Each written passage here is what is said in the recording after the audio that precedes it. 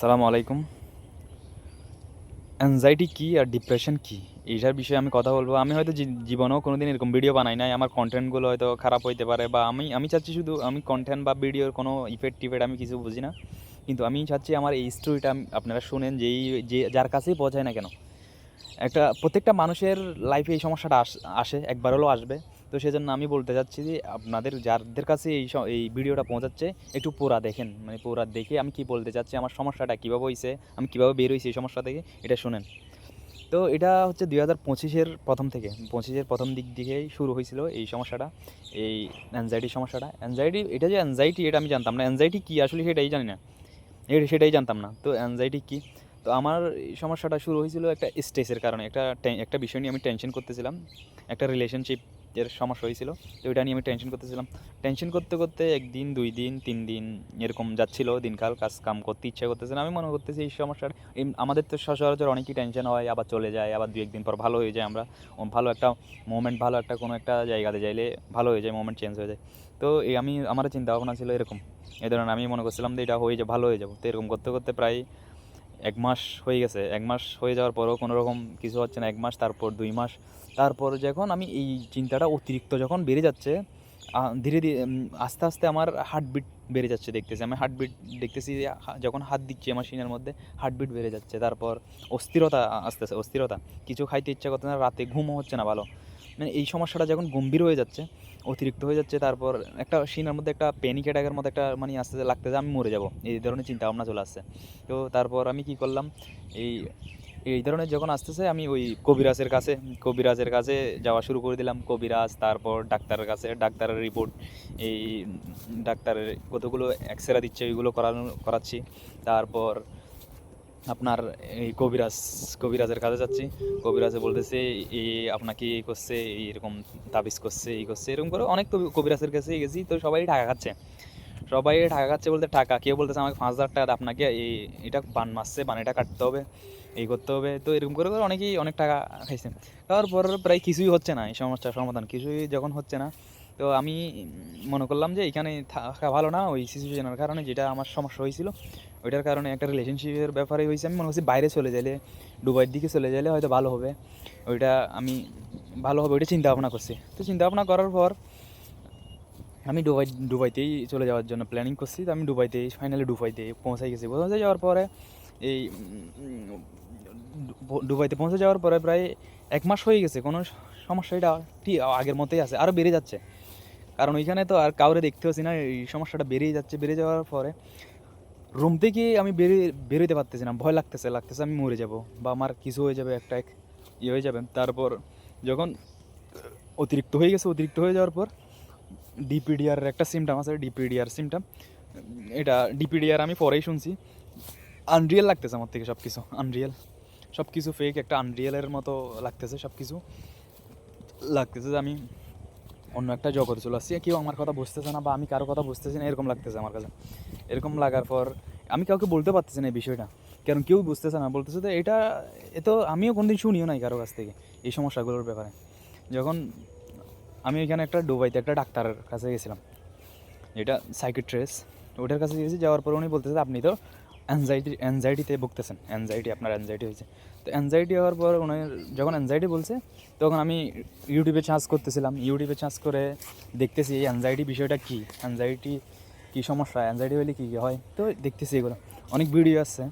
Video আসার পর দেখার পরে উনি আমাকে যে ওই ওষুধগুলো দিচ্ছে, ইন্ডিয়ান ডাক্তাররা যে ওষুধগুলো দিচ্ছে, ওইটা একটা মাথার ব্রেনের কাজ করে। এটা একটা কেমিক্যাল, মানে হ্যাপি হরমোন বাড়ায় আর কি, ওইরকম একটা কেমিক্যালের ওষুধ দিয়েছে। ওষুধ দেওয়ার পরে ওইটা খাচ্ছি, প্রায় ওইটা প্রায় 1 মাস 1.5 মাস 2 মাস খাচ্ছি। খাইলে রাতে ঘুমটা ভালো হইতো, আর কিছু এত কোনো ইফেক্ট দেখি নাই। খাইলে শুধু রাতের ঘুমটাই ভালো হইতো। রাতের ঘুমটা ভালো হওয়ার পরে কী করলাম, যখন আমি ওষুধ শেষ হয়ে গেছে, আবার ডাক্তারের কাছে গেছি। উনি বলতেছেন ওষুধ শেষ হয়ে গেলে আমার থেকে ওষুধ নিতে হবে। উনি কোনো পারমানেন্ট কোনো সলিউশন দেন নাই। তারপর আমি কী করতেছি, ইউটিউব স্ক্রল করতেছিলাম, ইউটিউবে দেখতেছিলাম, কারণ তখন তো আপনার কিছুই ভালো লাগবে না। আপনি শুধু তখন ইউটিউব বা কোনো কিছু দেখবেন, এরকমই বসেই থাকবেন, আপনার কিছুই ভালো লাগবে না। তারপর আমি কী করলাম, ইউটিউবে দেখতেছিলাম, দেখতে দেখতে দেখতে একটা ভিডিও আসছে আমার সামনে। ভিডিওতে একজন বলতেছে যে anxiety recovery story. Anxiety depression recovery story. তো আমি ওই স্টোরিটা দেখলাম, দেখে যখন ওই রিকভারি স্টোরিটা বলতেছে তখন যে সিমটামগুলো বলতেছে, যে সমস্যাগুলো বলতেছে, ওই সমস্যাগুলো হুবহুব আমার সাথে মিলে যাচ্ছে। উনি বলতেছে আমার এই সমস্যা ছিল, এই এখন যখন বের হয়েছে এই সমস্যা থেকে, যখন এই সমস্যার ব্যাপারে কথা বলতেছিল তখন দেখতেছি আমার সমস্যার সাথে ওর সমস্যা যখন মিলে গেছে, আমি তখন একটা কৌতূহল জাগলো যে আমি ওই মানুষটার সাথে কথা বলি, যে কাউন্সিলিং দিছে ইন্ডিয়ান, ওই মানুষটার সাথে কথা বলি। আমি কী করলাম, ওই এখানে ডিসক্রিপশনের মধ্যে নাম্বার ছিল, নাম্বারটা নিয়ে কল দিলাম। কল দেওয়ার পর উনি বললো ঠিক আছে এই সমস্যা, তোমার কাউন্সিলিং নিতে হবে। কাউন্সিলিং যখন নিতে বলছে আমি ঠিক আছে, আমি কাউন্সিলিং, তখন এই সমস্যাটা থেকে বের হওয়ার জন্য আপনাকে যে যাই বলবে ওইটাইতে আপনি করার চেষ্টা করবেন, কারণ আপনার থেকে তখন এই সমস্যা থেকে বের হওয়ার প্রয়োজন, ঠিক আছে? কারণ কেউ বুঝবে না, আপনার ফ্রেন্ড সার্কেলের মধ্যে আপনার মা বাবা, আপনার ভাই বোন, আপনার আত্মীয় স্বজন কেউ বুঝবে না, শুধু একমাত্র এই সমস্যাটা যার হয়েছে এই সমস্যাটা সেই বুঝতে পারবে। ওই সমস্যাটা যখন হয়েছে আপনাকে যদি বলে টাকা 1,00,000 টাকা আমাকে দেন, আমি সলিউশন দিচ্ছি, আপনি সাথে সাথে 1,00,000 টাকা দিয়ে দিবেন।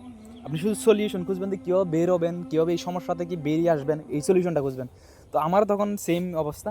উনি যখন বলছে এই সমস্যা, তারপর আমি কী করলাম, ওনার সাথে যোগাযোগ করে কাউন্সিলিং নেওয়ার পরে উনি আমাকে বোঝাচ্ছে যে এই সমস্যা থেকে এভাবে বের হইতে হবে, বা এটা তুমি এইভাবে চিন্তা ভাবনা করছো, এইভাবে চিন্তা ভাবনার কারণে এইভাবে এরকম কাউন্সিলিং অনেক কিছু বোঝানোর পরে আমি কাউন্সিলিং নিয়ে প্রায় এই 6 মাস ধরে এই যা বলছে তা করছি, করার পর আমি সম্পূর্ণ সুস্থ হয়ে গেছি। তো সম্পূর্ণ সুস্থ হয়ে যাওয়ার পর আমার মাথার মধ্যে একটা কথা ঘুরতেছে যে আমি যখন এই সমস্যার জন্য ইউটিউবে চান্স মারতেছি, সবগুলো ভিডিও ইন্ডিয়ান আসতেছে, বাংলাদেশি কোনো একটা এরকম ভিডিও, রিকভারি ভিডিও কেউ দেয় নাই যে এই সমস্যা হয়, টেনশন থেকে এই সমস্যা হওয়ার পর এভাবে বের হয়, এভাবে এটা করতে হয়, এরকম কোনো ভিডিও পাইনি, কোনো হেল্প পাইনি, বাংলাদেশি কোনো ভিডিওই নেই। তো আমি চিন্তা করতেছি এই সমস্যাটা যখন আমার ঠিক হয়েছে, বাংলাদেশেও এই সমস্যা হইতে পারে, বাংলাদেশে এই মানুষের থেকে সেম সমস্যা হইতে পারে। তো এরকম সমস্যা যেন হইলে অনেকেই এই সমস্যা থেকে যখন সলিউশন না পাইলে কী করে, সুইসাইড পর্যন্ত করে ফেলে। কারণ এই সমস্যা যখন হয়ে যাবে, ডিপ্রেশন যখন অতিরিক্ত হয়ে যাবে, তখন ও কিছু দেখবে না, আর ও চিন্তা করবে যে এরকম লাইফ রেখে লাভ কি, আমি মরেই যাই। তো এরকমও অনেক সুইসাইড করে ফেলতে হবে।